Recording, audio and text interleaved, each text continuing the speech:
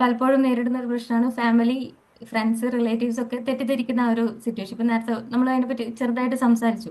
അപ്പൊ ആ ടൈമിൽ അതെ വിക്ടിംസ് അതെ അതിനെ എങ്ങനെയാണ് ഫേസ് ചെയ്യേണ്ടത്, അതെ അങ്ങനെയുള്ള അതെ സിറ്റുവേഷനിൽ എങ്ങനെയാണ് അത് ഓവർകം ചെയ്യേണ്ടതെന്നും, പിന്നെ ഈ ആ പറഞ്ഞ ഒരു ഫാമിലി മെമ്പേഴ്സ് ആയാലും ഫ്രണ്ട്സ് ആയാലും എങ്ങനെയാണ് വിക്ടിംസിനെ അപ്രോച്ച് ചെയ്യേണ്ടത് എന്നുള്ളതും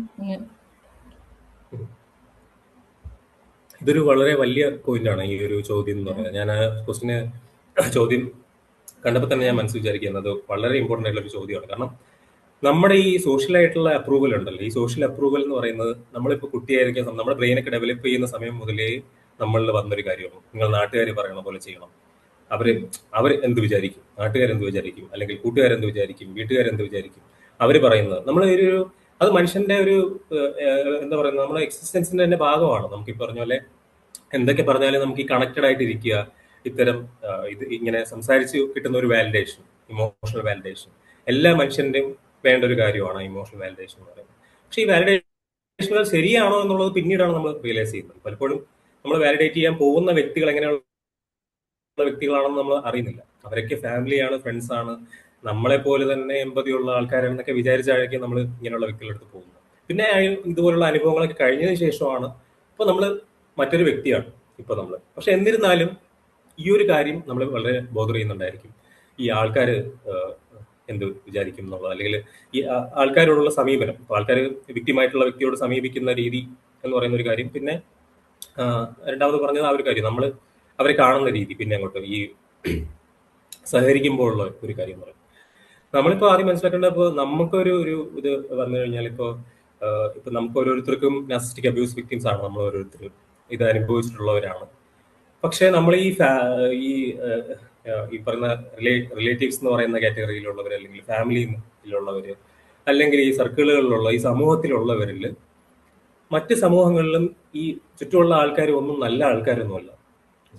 ഇവരെല്ലാവരും ഭയങ്കര നല്ല പെർഫെക്റ്റ് ആയിട്ടുള്ള, ഈ പറഞ്ഞ പോലെ എമ്പതറ്റിക് ആയിട്ടുള്ള വ്യക്തികളൊന്നും അല്ല. ഇപ്പോൾ ടോട്ടൽ പോപ്പുലേഷൻ എടുത്തു കഴിഞ്ഞാൽ തന്നെ ഹൈലി സെൻസിറ്റീവ് ആയിട്ടുള്ള വ്യക്തികൾ, എമ്പതറ്റിക് ആയിട്ടുള്ള വ്യക്തികൾ വളരെ ചുരുക്കമാണെന്നാണ് പറയുന്നത്. നമ്മുടെ ചുറ്റുമുള്ള മെജോറിറ്റി ഓഫ് ആൾക്കാരിൽ ഏറ്റവും എമ്പതി ഉള്ളവർ വളരെ ചുരുക്കമാണ്. അതിന് ഹൈലി സെൻസിറ്റീവ് ആയിട്ടുള്ള ആൾക്കാർ 25% പറയുന്നത്. അതായത് 25% ഉള്ളൂ. അത് 80 ഉണ്ടാവാൻ സാധ്യതയുള്ള മനുഷ്യർ നമുക്ക് ചുറ്റുമുള്ള പോപ്പുലേഷനിൽ. അപ്പൊ അതില്ലാത്തവർ വളരെ കൂടുതലാണ് എന്നുള്ളൊരു യാഥാർത്ഥ്യം നമ്മൾ വളരെയധികം മനസ്സിലാക്കേണ്ട ഒരു കാര്യമാണ്. കാരണം അങ്ങനെ മനസ്സിലാക്കിയെങ്കിൽ നമ്മൾ എല്ലാവരിൽ നിന്നും പിന്നെയും എക്സ്പെക്ട് ചെയ്യുന്ന ഒരു കാര്യം, ഈ നമ്മളെ ഒരു സോഷ്യൽ കണ്ടീഷനിങ് കൂടെ നമുക്ക് ഓവർകം ചെയ്യാൻ പറ്റുള്ളൂ. ഈ മറ്റുള്ളവർ നമ്മളെ അപ്രൂവ് ചെയ്യണം. നമ്മൾ വിക്ടിമായിട്ട് ഇരുന്നാൽ പോലും നമ്മൾ നാർസിസ്റ്റിക്, ചുറ്റുമുള്ള ആൾക്കാരും നാർസിസം മനസ്സിലാക്കണം, ചുറ്റുമുള്ള ആൾക്കാർ നമ്മളെ അപ്രൂവ് ചെയ്യണം എന്നുള്ള ഒരു രീതിയിൽ നിന്ന് കഴിഞ്ഞാൽ അതിൽ വളരെ ചുരുക്കം ആൾക്കാർക്ക് അത് ആ ഈ നാർസിസ്റ്റിക് അബ്യൂസ് ആയിട്ടുള്ള വിക്ടിമിനെ മനസ്സിലാക്കാനുള്ള അബിലിറ്റി പോലും ഉള്ളൂ എന്നുള്ള സത്യം നമ്മൾ തിരിച്ചറിയണം എന്നുള്ളതാണ്. എല്ലാവർക്കും അതില്ല. എല്ലാവർക്കും അതിന് എഫേർട്ട് ഇടാനുള്ള സമയമില്ല, താല്പര്യം ഉണ്ടാകത്തില്ല. അതുകൊണ്ട് തന്നെയാണ് വിക്ടിമായിട്ടുള്ളവർക്ക് പിന്നെയും മോശം അനുഭവം ഈ ചുറ്റുമുള്ള ആൾക്കാരിൽ നിന്നും ഉണ്ടാകും. ഞാൻ നേരത്തെ പറഞ്ഞ ഈ ഇനേബിളേഴ്സും ടോക്സിക് ഇനേബിളേഴ്സും നമ്മുടെ ലൈഫിൽ അല്ലെങ്കിലും ഈ പറയുന്ന ആൾക്കാർ പലരുടെയും ലൈഫിൽ അതായിരിക്കാം. പലരുടെയും ലൈഫിൽ ഇപ്പോഴും ഞാൻ നിലവിൽ നിന്ന് പോകുന്ന ആൾക്കാരുടെ കാര്യമാണ് പറഞ്ഞത്. അല്ലാതെ പണ്ടിപ്പോ നമ്മളിപ്പോ എനേബിളർ ആയിട്ട് ഇരുന്ന ആൾക്കാരാണ് ടോക്സിക് എനേബിളർ, നമുക്ക് അറിവില്ലാത്ത പ്രായത്തിൽ നമ്മൾ നാർസിസ്റ്റിനെ എനേബിൾ ചെയ്തിട്ടുണ്ടെന്ന് വിചാരിക്കുക. അതിനെയല്ല ഞാൻ പറയുന്നത്. അറിവ് വന്നതിന് ശേഷം പിന്നെ എനേബിൾ ചെയ്തുകൊണ്ടിരിക്കുന്ന ആൾക്കാരെയാണ് പറയുന്നത്. അൺഫോർച്ചുനേറ്റ്ലി നമ്മുടെ സമൂഹത്തിൽ, എല്ലാ സമൂഹങ്ങളിലും എല്ലാ മതവിഭാഗങ്ങളിലും ഇത്തരം ആൾക്കാർ വളരെയധികം ഉണ്ട്. ഇവർക്ക് വളരെയധികം വലിയ സ്വാധീനമാണുള്ളത് നമ്മുടെ ലൈഫിൽ നമ്മൾ എന്ത് ചെയ്യണം ചെയ്യേണ്ട എന്ന് തീരുമാനിക്കുന്നത്. അപ്പൊ ഞാനിപ്പോ പറഞ്ഞാലും അത്രത്തോളം പ്രയാസമാണെന്ന് എനിക്ക് നന്നായിട്ട് അറിയാം. കാരണം ചുറ്റുമുള്ള ആൾക്കാർ തന്നെയാണ് ഡിക്റ്റേറ്റ് ചെയ്യുന്നത് നമ്മൾ എന്താ ചെയ്യേണ്ടത്, ഇനി എങ്ങോട്ട് പോകണം, അല്ലെങ്കിൽ നിങ്ങൾ ഒറ്റയ്ക്ക് നിൽക്കുന്നുണ്ടെങ്കിൽ പോലും, ഇൻഡിപെൻഡന്റ് ആയിട്ട് നിൽക്കുന്നുണ്ടെങ്കിൽ പോലും ബോധിപ്പിക്കേണ്ട അവസ്ഥയാണ്. എസ്പെഷ്യലി സ്ത്രീകൾക്കാണ് അത് കൂടുതലുള്ളത്. കാരണം അയ്യോ, നിങ്ങൾ കെയർ ഗീവർ ആയിട്ട് അഡ്ജസ്റ്റ് ചെയ്ത് നിൽക്കേണ്ട ആൾക്കാർ അങ്ങനെ നിൽക്കുമ്പോൾ കൂടെ നിൽക്കുന്ന വർഗവഞ്ചകർ തന്നെ ആവശ്യം പോലെ ഉണ്ടാവും. നമ്മളെ മനസ്സിലാക്കാതെ നമ്മളെ അതിന്റെ പേരിൽ കുറ്റപ്പെടുത്തുന്നവർ പോലും, അതറിയാലോ, ഇപ്പൊ നന്നായിട്ട് അറിയുന്നുണ്ടായിരിക്കും ആ ഒരു കാര്യം. അപ്പൊ അവിടെ ഈ പറഞ്ഞ പോലെ നമുക്ക് ചെയ്യാൻ പറ്റുന്ന കാര്യം എന്ന് പറഞ്ഞു കഴിഞ്ഞാൽ മാക്സിമം നമ്മൾ ഹെൽത്തി ആയിട്ടുള്ള ആൾക്കാരെ, മാക്സിമം ഇതുപോലെ നമ്മൾ ദ്രോഹിക്കാത്ത ആൾക്കാരെ കൂടെ നിർത്തുക എന്നുള്ളതാണ്. ആൻഡ് അവരല്ലാത്ത ആൾക്കാരുടെ അപ്രൂവലിന് വേണ്ടി നമ്മൾ നിൽക്കരുത് എന്നുള്ളതാണ്. ഇവർക്ക് ചില കാര്യങ്ങൾ അറിയാതിരിക്കാം, പക്ഷെ എല്ലാം ഒന്നും അവർക്ക് അറിയുന്നുണ്ടാവില്ല. ഈ NPD എന്ന് പറയുന്ന കാര്യം യുണീക്കായിട്ട് മനസ്സിലാക്കേണ്ട ഒരു കാര്യമാണ്. ഇപ്പൊ ഈ നാർസിസ്റ്റിക് ആയിട്ടുള്ള വ്യക്തികൾ, എസ്പെഷ്യലി NPD ഉള്ള വ്യക്തികൾ ഒരിക്കലും മാറുന്ന ആൾക്കാരല്ല. അവരങ്ങനെ തന്നെ നിലനിൽക്കുന്ന ആൾക്കാരാണ്. എന്നാൽ ഇങ്ങനെ നിലനിൽക്കുന്ന ഇത്തരം ആൾക്കാർ സമൂഹത്തിൽ എല്ലാ മേഖലകളിലും ഉണ്ട്. വളരെ കോമൺ ആയിട്ടുണ്ട്.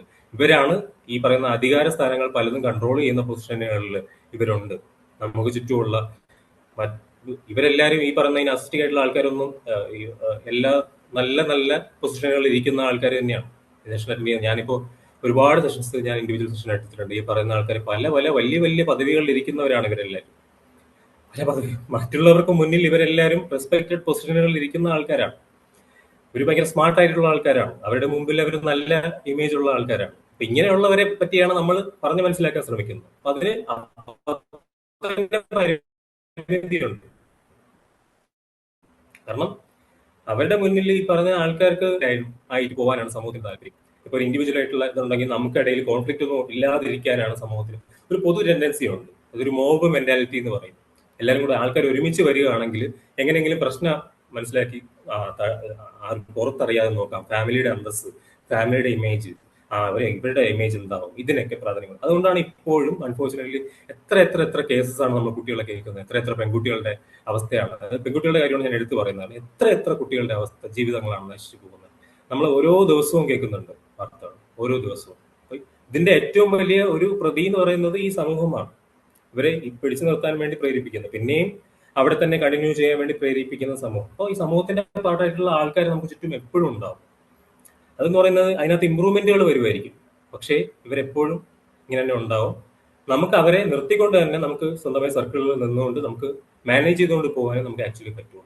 ഇതിനെ മാനേജ് ചെയ്തുകൊണ്ട് പോകുക എന്നുള്ളത്, അതിനിടയിൽ കൂടെ നമ്മുടെ റിക്കവറി സാധ്യമാവും എന്നുള്ളതാണ്. കാരണം പ്രയോറിറ്റി അപ്പം നമ്മൾ കൊടുക്കേണ്ടത് നമ്മുടെ റിക്കവറിക്ക് വേണ്ടി ആയിരിക്കണം. ഫസ്റ്റ് പ്രയോറിറ്റി എപ്പോഴും നമ്മുടെ റിക്കവറിക്ക് തന്നെ കൊടുക്കുക. അത് എത്ര ബുദ്ധിമുട്ടാണെങ്കിലും എത്ര ഡിഫിക്കൽട്ട് ആയിട്ടുള്ളെങ്കിലും നമ്മൾ ചെയ്തുകൊണ്ട് തന്നെ ഇരിക്കുക. ജസ്റ്റ് ഒരു കാര്യം മാത്രം മനസ്സിൽ വെക്കുക എന്നാണ് ഞാൻ എപ്പോഴും സെഷനിലും പറയുന്നതാണ്, എല്ലാവരോടും പറയുന്ന ഒരു കാര്യമാണ്, വിക്ടിംസ് ആയിട്ടുള്ളവരോട് പറയുന്ന ഒരു കാര്യമാണ്. ഒന്നും നമുക്ക് ചെയ്യാൻ പറ്റില്ലെങ്കിൽ സമയം കൊടുക്കുക എന്ന് പറയുക. സ്വയം നമ്മൾ നമ്മളോട് തന്നെ പറയുക, സമയം കൊടുക്കുക. ഒരു സമയം കൊടുക്കുക, ബെറ്റർ ആവും. ചേഞ്ച് ആവില്ലായിരിക്കാം, എല്ലാം മാറില്ലായിരിക്കാം, പക്ഷെ ബെറ്റർ ആവും, കുറെ കൂടെ ബെറ്റർ ആവും, മുമ്പത്തെക്കാലം ബെറ്റർ ആവും കുറെ കൂടെ. അപ്പൊ ഇത് നമ്മൾ പറഞ്ഞുകൊണ്ടിരിക്കുക എന്ന് പറയാം. അത് ഈ എസ്പെഷ്യലി സമൂഹത്തിന്റെ കാര്യത്തിൽ ഈ ഒരു കാര്യം ആണ് എനിക്ക് പറയാനുള്ളത്. ഇത് ഒരുപാട് പഠിക്കാനും സ്റ്റഡി ചെയ്യാനും മനസ്സിലാക്കാനും ഉള്ളൊരു മേഖലയാണ്. കാരണം സമൂഹത്തിലും ഇത്തരത്തിലുള്ള ആൾക്കാരുണ്ട്, അതെന്നുള്ളൊരു റിയാലിറ്റിയാണ് നമുക്ക് ചുറ്റുമുള്ള ഈ റിലേറ്റീവ്സിലാണെങ്കിലും സുഹൃത്തുക്കളാണെങ്കിലും എല്ലാവരിലും. അപ്പൊ അത് നമ്മൾ വളരെ കെയർഫുൾ ആയിട്ട് തന്നെ ഹാൻഡിൽ ചെയ്യേണ്ട ഒരു കാര്യം. എന്തെങ്കിലും ക്ലാരിറ്റി വരുത്തേണ്ട എക്സ്ട്രാ ഉണ്ടെങ്കിൽ ചോദിച്ചാൽ. എന്താ പറയാ, ഇപ്പൊ അവയർനെസ് കിട്ടി വരുന്നുണ്ട്, എന്നാലും മോസ്റ്റ് മെജോറിറ്റി ആ ഒരു പഴയ സ്റ്റേറ്റ് തന്നെയാണെന്ന് മനസ്സിലാക്കാൻ പറ്റുന്നത്. അതെ അതെ, അതൊരു ഒരു ചാലഞ്ചിങ് തന്നെയാണ്. ഇപ്പോൾ ഫോർ എക്സാമ്പിൾ ശരിക്കും നമുക്ക് ജെനുവിൻ ആയിട്ടുള്ള ഇപ്പോൾ എമ്പതി ഉള്ള പാരന്റ്സ് ആണ് ഉള്ളതെങ്കിൽ അവർക്ക് ചിലപ്പോൾ ഈ വേർഡ്സ് ഒന്നും മനസ്സിലാവില്ലായിരിക്കാം, ഈ ടെർമിനോളജിയും ഈ വാക്കുകളും ഈ പറഞ്ഞ ഇതൊന്നും മനസ്സിലായില്ലായിരിക്കും. പക്ഷെ അവർക്ക് അൾട്ടിമേറ്റ്ലി അവർ നമ്മളെ ചൂസ് ചെയ്യുള്ളൂ, അവർ നമ്മളോടൊപ്പം നിൽക്കുള്ളൂ. അവർ പറയും, നിനക്ക് എന്താ, നിനക്ക് സമാധാനം കിട്ടുന്നത് ചെയ്യും, നിനക്ക് സന്തോഷം കിട്ടുന്നത് നീ ചെയ്താൽ മതി, ഇങ്ങനെയെങ്കിലും പറയും. അറ്റ്ലീസ്റ്റ് ഇങ്ങനെയെങ്കിലും പറയുന്ന ഒരു വ്യക്തി ഉണ്ടെങ്കിൽ അവരെ ചേർത്ത് പിടിക്കുക എന്നുള്ളതാണ്. അത് ചിലപ്പോൾ നമ്മുടെ ഫാമിലി മെമ്പേഴ്സ് ആവണമെന്നില്ല, നമ്മളെ വളർത്തിയ ഫാമിലി മെമ്പേഴ്സ്. ഞാനിപ്പോൾ പറയുന്ന എല്ലാവർക്കും നാർസിസ്റ്റിക് പാരന്റ്സിലോ ഡൈനാമിക്സും കൂടെ കടന്നു വന്നവരാണ്. ഞാൻ പറയുന്ന എപ്പോഴും സെഷനിൽ പറയാറുണ്ട്, ഏറ്റവും അണ്ടർ പ്രിവിലേജ് ആയിട്ട് ഞാൻ കാണുന്ന കാറ്റഗറി ഓഫ് ആൾക്കാരിൽ ഒരാളാണ് നാർസിസ്റ്റിക് പാരന്റ്സിന്റെ കുട്ടികൾ എന്ന് പറയുന്നത്. കാരണം പാരന്റ്സ് പോലും അങ്ങനെയുള്ള പാരന്റ്സ് ആവുമ്പോൾ എന്താണ് ഒരു കുട്ടി എന്താണ് മനസ്സിലാക്കുന്നത്, വളർന്നു വരുമ്പോൾ തന്നെ ആ കുട്ടി മനസ്സിലാക്കുന്നത് റോങ് ആയിട്ടുള്ള പാറ്റേൺസ് ആണ് കണ്ട് പഠിക്കുന്നത്. അത് നോർമൽ ആണെന്ന് വിശ്വസിച്ചാണ് വരുന്നത്. അപ്പൊ വളരെ സ്വാഭാവികമാണ് ആ കുട്ടി ഒരു റിലേഷൻഷിപ്പിലേക്ക് പോകുമ്പോൾ നാർസിസ്റ്റിക് ആയിട്ടുള്ള ആൾക്കാരെ അട്രാക്ട് ആകാൻ വേണ്ടിയിട്ട്. കാരണം സബ് കോൺഷ്യസ്ലി എന്താ ചിന്തിക്കുന്നതെന്ന് വെച്ച് കഴിഞ്ഞാൽ നമ്മുടെ ഡൈനാമിക്സ് ഫെമിലിയർ ആണ്. ഈ കുട്ടിയെ സംബന്ധിച്ചിടത്തോളം വീട്ടിലെ ഡൈനാമിക്സുമായിട്ട് ഫെമിലിയർ ആയിട്ടുള്ള ഒരു ഡൈനാമിക്സ് ഉള്ള ഒരു വ്യക്തിയെ കിട്ടുമ്പോഴാണ് നോർമൽ ആണെന്ന് നമ്മൾ സബ് കോൺഷ്യസ്ലി തന്നെ ചിന്തിക്കുന്നത്. അതിനെ തന്നെ ഈ സബ് കോൺഷ്യസ്ലി സംഭവിക്കുന്ന കാര്യങ്ങൾ ഓവർകം ചെയ്യാൻ പറ്റില്ലല്ലോ, എത്ര അവയർനെസ് ഉള്ള കുട്ടിയാണെങ്കിലും.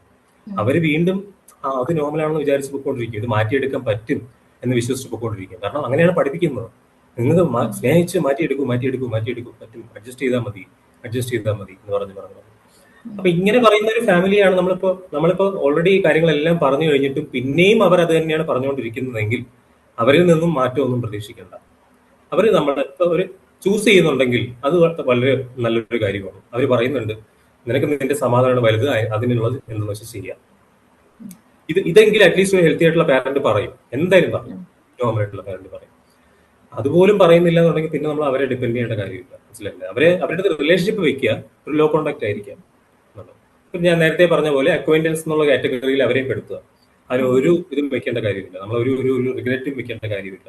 അതിപ്പോ എത്ര വലിയ വ്യക്തിയാണ് നമ്മളിപ്പോ പലരും സ്പിരിച്വാലിറ്റി പാത്തിൽ പോകുന്നവരാണെങ്കിലും സ്പിരിച്വാലിറ്റിയിൽ തന്നെ പറയുന്ന ഒരു കാര്യമാണ്. നമ്മളിപ്പോ നമ്മുടെ ഫാമിലി അമ്മയാണെങ്കിലും അച്ഛനാണെങ്കിലും എത്ര അവരൊരു ഈവിൾ ആയിട്ടുള്ള പേഴ്സൺ ആണെങ്കിൽ നമ്മൾ അവരെ ലൈഫിൽ നിന്ന് എടുത്ത് മാറ്റണം.